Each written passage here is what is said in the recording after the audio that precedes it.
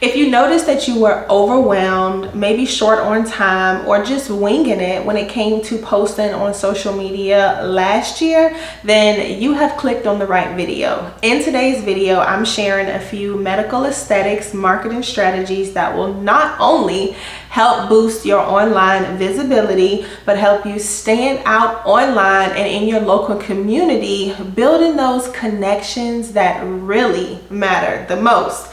If you're new here, or welcome back, I'm Cheri. I'm an online marketing strategist and video content creator, owner of Cobb Creative, which is an online marketing company, and we specialize in helping aesthetic service providers create dynamic content because there's just a lot of false information where I see it all the time.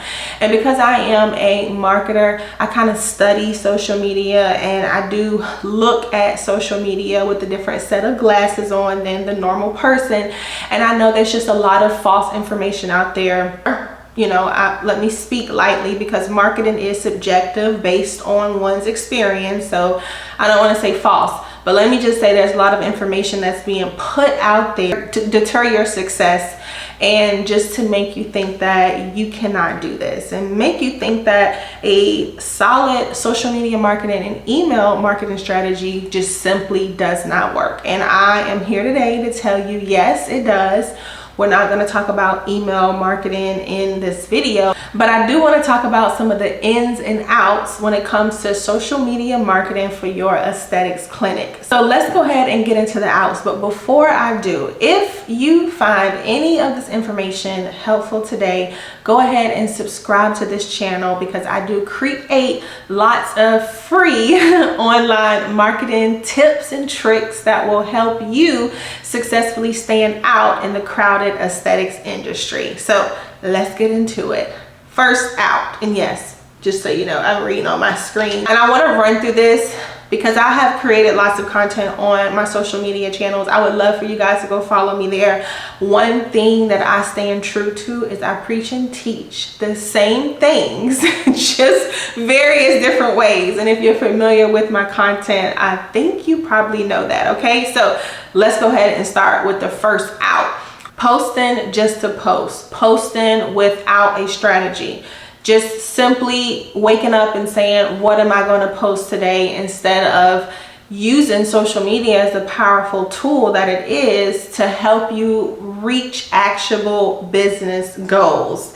If you do not have a clear understanding of who your ideal clientele is, what their pain points are, what are their desires, what is actually keeping them up at night, and how you can use your treatment, product, service as a way to, you know, provide a solution to that problem, then you're simply just posting on social media. And usually when I see different accounts take that approach and not really having a clear understanding of how to use social media or just the internet in general, they find themselves saying, well, this is not working, or this is not working. And it's not that those things don't work, it's just that you haven't measured them properly to actually see if anything is moving the needle for your business. And I also want to say this, you can go back and look at my older TikTok videos. I have a whole separate account where I clearly grew that account wrong. In short, I attracted a lot of the wrong type of business owners. I was creating content, and what you put out there is what you get back. You have to remember that.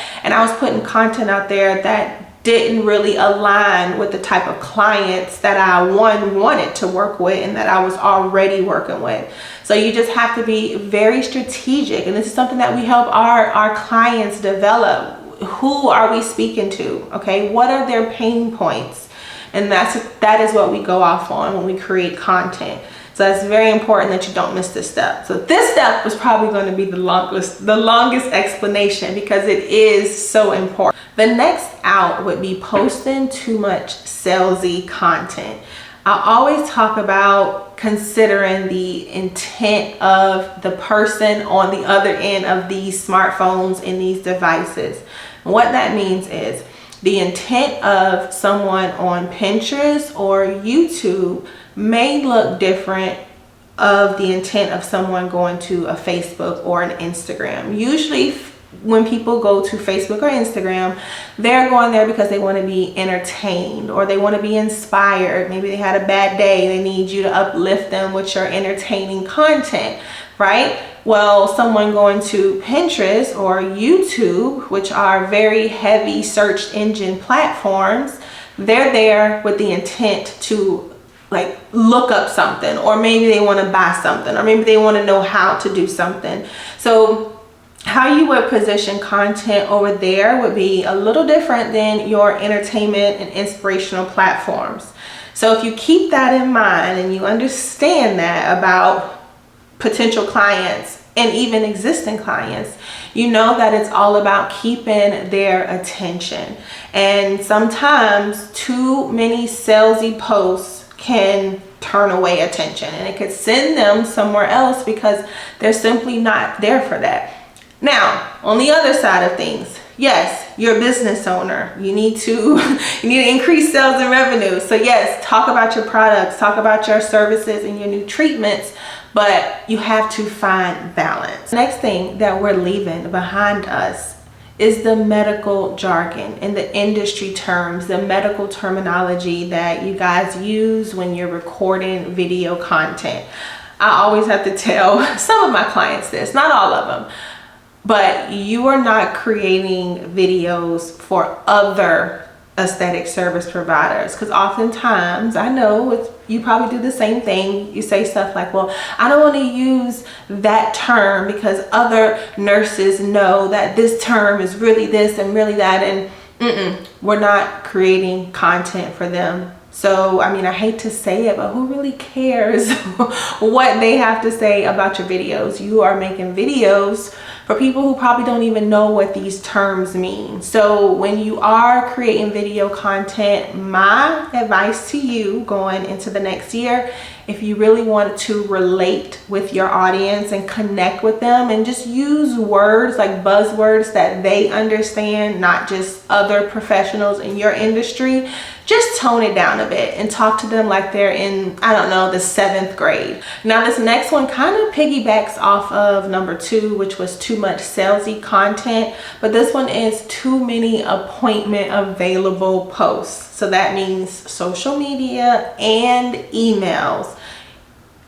Two different ways to handle this. First off, on social media, again, we have to remember that's not really what people are there for. If they want to know if you have an appointment available, they will, one, call the office. They will probably go through Google, get to the website or something like that. But social media is usually not the place. If you would like to maybe throw out some appointment available posts, I would maybe save that for the stories. People are quicker to see the stories, and if you do have an appointment indeed available and you want someone to book it immediately, posting it on the wall is usually not the best solution because it takes longer for your followers to see your content that's on the wall. So if you must do the appointment available post, put them on the story and include the link to make it easier, include the phone number so they can call. I have a whole different approach when it comes to emails, obviously, because it's just a little different. That's more direct to the client, direct to the patient, right? So there, yes, you can do the email available post, but I would segment out a specific list of people, particularly those ones who have clicked on the link before and booked the appointment, that have found the appointment available emails useful. I would create an entire segment maybe just for them, but I wouldn't send it to your whole list because they will get email fatigue. They will not expect your emails anymore, which will bring your open rate tremendously down. So there is a method behind the madness, but too many appointment available posts, no. Up next, being too professional. What? Being too professional? Of course we're supposed to be professional. Yes, you are supposed to be professional, but you can be professional to a certain extent. Now, you know, a lot of people are scared of the dentist. The dentist can be a very intimidating experience. How can you humanize that process? How can you bring someone back down to zero to show them that no, you know, it's not an intimidating experience. At least it does not have to be. Each account. I'm not sure if you guys saw the article. I'll plug it up here, but it was published by Vogue, I believe, because I also did a TikTok video on this, and it said, should your plastic surgeon be dancing on TikTok? Now, of course, this had the plastic surgeon community on TikTok just raging, and then some found sense of humor and they thought it was funny. Like, I thought it was funny. But here's my honest opinion on should your plastic surgeon be dancing on TikTok. And I think it's only right that we're on this, you know, being too professional, that this would make sense. So yes, I think it is absolutely okay for the surgeons to be dancing on TikTok. I don't think there's anything wrong with it, because plastic surgeons or doctors in general, no matter what the specialty is, they're all human. And if dancing is the best way they see fit to connect with their followers, then hey, why not dance? If it makes you feel good, then yes, dance all day. But if we go to your Google reviews and your Google reviews say things like, you know, your patients have been calling you for the last 2 weeks and nobody's picking up, and they just recently had a surgery, they had to go to the ER multiple times because they couldn't get in touch with your office, nobody's calling them back, and I'm experiencing all these types of complications. If your Google reviews say things like that, then absolutely no. You don't need to dance on TikTok, you know? So in my opinion, you just need to kind of have your SHIT together if you want to be like a medical professional dancing. I work with 2 plastic surgeons, and they're both night and day. One of them, he would dance. He likes to do the dancey, trendy videos, and then the other one, he would look at me like I had 5 heads if I were to ever ask him to dance. So, you know, I learned my accounts, I learned their limits, I know what they will do and what they won't do, and it's just as simple as that. But you don't have to be so professional and so polished each and every time you show up. I just want you to know that, because that is how people connect with you, and that's how they relate to you, because they see themselves in you. What are we leaving out next? Starting videos like this. Hey guys, it's nurse so-and-so. Hey guys, it's Dr. so-and-so. Hey guys. No. Do not start your videos like that. Go ahead and just get into the nitty-gritty of the video. Oftentimes, here's what I'll do, because it's hard to tell my clients not to start off like that. It's very awkward, you know, so I let them still say it in the video, but when we go and we edit, like we make edits to the video, we take that part out. Another little tactic works is we go ahead and edit the entire video, and then what we'll do is we'll pull out that little highlight. It could be at the end of the video, it could be in the middle. We'll pull out that little highlight, and we put the highlight at the beginning of the video to pull in more attention. I want to get better at telling you guys the why and the what. So the reason why you should not do that is because you have to, again, understand the user intent on the platform and their behaviors on the platform. And most people, when they are scrolling these fast videos, they're scrolling with a very quick mindset, and they want to go ahead and just get to the meat of the video. They don't want to hear the whole hey guys. So it's just a little tactic to keep the attention span longer. I'm not saying that, you know, people are not going to want to schedule with you if you start a video with hey guys. Okay, this is just a little strategy to help. Now, before I get into the ends, let me know if you have any questions so far. Did I leave out anything? I want to hear your thoughts on all of my outs for this coming year. Now let's get into the ends. More storytelling content, more day in the lives, more voiceovers, more behind the scenes. It is as simple as you getting a tripod. Actually, let me show you. I'm going to show you how simple it is. It is as simple as getting a tripod, something that's similar to this. This is very long. It stands out just as tall as I am. Mount your tripod up, get your phone, film yourself giving your client 30 units of Botox. Film yourself doing a micro needling session on your client. Film yourself giving your client a brand new smile, and literally just mount the phone up. The next thing I want you to do is go record a voiceover and really talk about how you feel about this particular case. You know, maybe if you are doing a brand new smile, maybe this patient was just so down on themselves. They had no confidence. They didn't want to go out. You know, they just had a horrible life, and you were able to turn that frown upside down and change this person's life. Like, that is so impactful. Talk about that, because only you know the effects of that moment that took place when you and the client were in the initial consultation. You could only narrate that moment. So take that moment and turn it into a story, and just add a voiceover on top of the video, you know, obviously with the patient's consent. More day in the life videos. If you are like a nurse injector, an aesthetic dentist, film yourself getting up in the morning, film yourself dropping your children off at school, film yourself cooking breakfast, going to the gym, whatever your morning routine is. Share your skincare products. Share your skincare routine. What products do you use? You want to turn it up a notch? Tag the brands in your post, okay?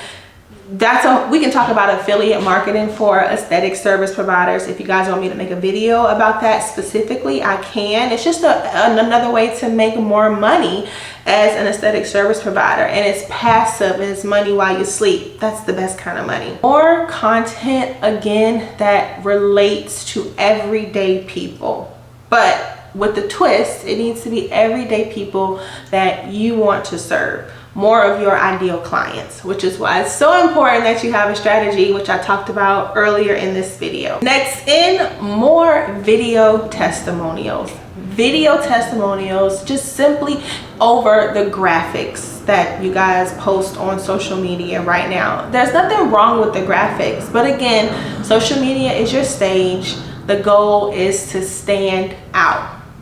This is something that we do for a few of our accounts. We have video testimonial days. This is where we round up a select few patients and clients. We offer some sort of incentive. They come in, they film their video testimonial, and boom, at the next visit, they get something off this, or at the next visit, they'll get a free this with that, or, you know, just something that incentivizes them, and that makes them want to participate. And then whenever they see their video go up, guess what? They're going to share it with their friends and with their families.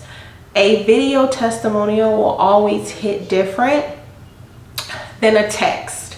But again, there's nothing wrong with the text testimonials. You can use them too, but be intentional about collecting video testimonials from your clients. They just do something that the text ones just simply cannot do. So this next in is definitely 2 for 1, but I want to make it simple. I don't want to get into too much industry terms, right? So we're going to say more user-generated content, more influencer marketing. I'm going to make this simple for you. This is how this should look. You're gonna scroll through your social media, scroll through everybody that is always engaging with you, liking your stuff, sharing your stuff. It could be a potential or an existing client. Doesn't necessarily have to be one or the other. Ideally, you want to pick a new client that has not been there before, but sometimes you want to show your existing clients a little love too, and this is the opportunity for them just as well. Create a list. Let's say you have a list of 5 different influencers that you can work with. Invite all 5 of them in. It doesn't need to be on the same day. Let them use the products for free. You record it, have them go home, make their own videos, ask them to create about 2 or 3 videos within the next 2 or 3 months. Get content of them while they're in there, perform treatments and services on them. And if you are selective and intentional with the people you choose to represent your brand, I promise you it will be the gift that keeps on giving, because they're going to be happy that they're getting the free services or discounted services or what have you. So in return, they're going to go share it with their friends and family who may not be following you already. They have no idea your business exists. So that's why I say it's the gift that keeps on giving. There needs to be a process. You have to be selective with who you choose, because this person at the end of the day is representing your brand, and you want to make sure they follow through with the deliverables. So yes, there needs to be consents in place. This is something that we offer with some of our accounts. Some participate in influencer marketing, some just don't really have the budget for it. But if done right, it can definitely be a game changer for your aesthetics clinic. Now this next one, yes, it might require you to step out of your comfort zone. It might require you to do something that you're not used to doing. If you're an antisocial person, yes, it requires you to be a little more social.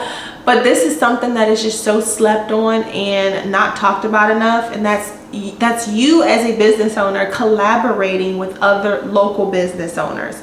It can be something as simple as going out for a paint and sip, your team and their team, because 9 times out of 10 there is someone who works with the other business that does not know about you yet, or they have family members and friends and they don't know about you yet. So it's the perfect way to increase your local exposure and visibility, and also just build more credibility in your community. Hang out with more local business owners, do more joint ventures together, and share it on social media. Swap socials, do collab posts, the whole 9, you guys. It works. Now this one is in forever. It is always gonna be in.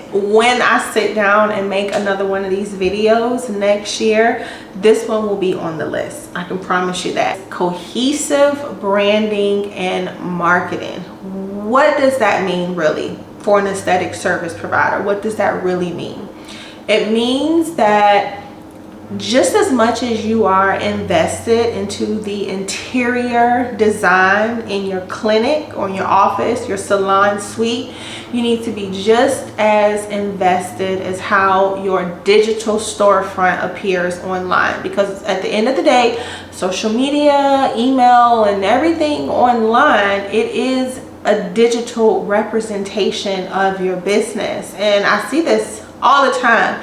You guys have these fancy, luxury, high-end websites with these great before and after galleries, but then when I go on your social media accounts, it really looks like your 3rd grade niece was just playing and accidentally post some stuff. I'm so serious. So just as much as you invest in the website, and honestly, let's be honest, because a lot of the big marketing agencies, they are not gonna want me to say stuff like this. Statistics show that people spend more time on social media than they do the website. So with that being said, if you know that the attention is more on social media than it is your website, I mean, I think it's safe to say that you should be just as much invested into the appearance of your online presence on social media than you are with your website. More people spend more time on social media. That is how they first usually discover you. Maybe a Google search, you know, depending on the demographic of the person, right? Usually that's where they find you first, is social media. So in my opinion, that's your first impression. It needs to look just as well, just as cohesive as your website. You really want to keep everything cohesive. You want everything to be branded. You want it all to speak one message, one tone. And yes, I understand, it is a full-time job. It is something that takes work, which is clearly why I have built this entire business, because I found a way to come in and solve a lot of the problems that you guys are having out there as it relates to building your online presence, and not just posting videos and photos to the internet, but actually creating a dynamic online presence, a magnetic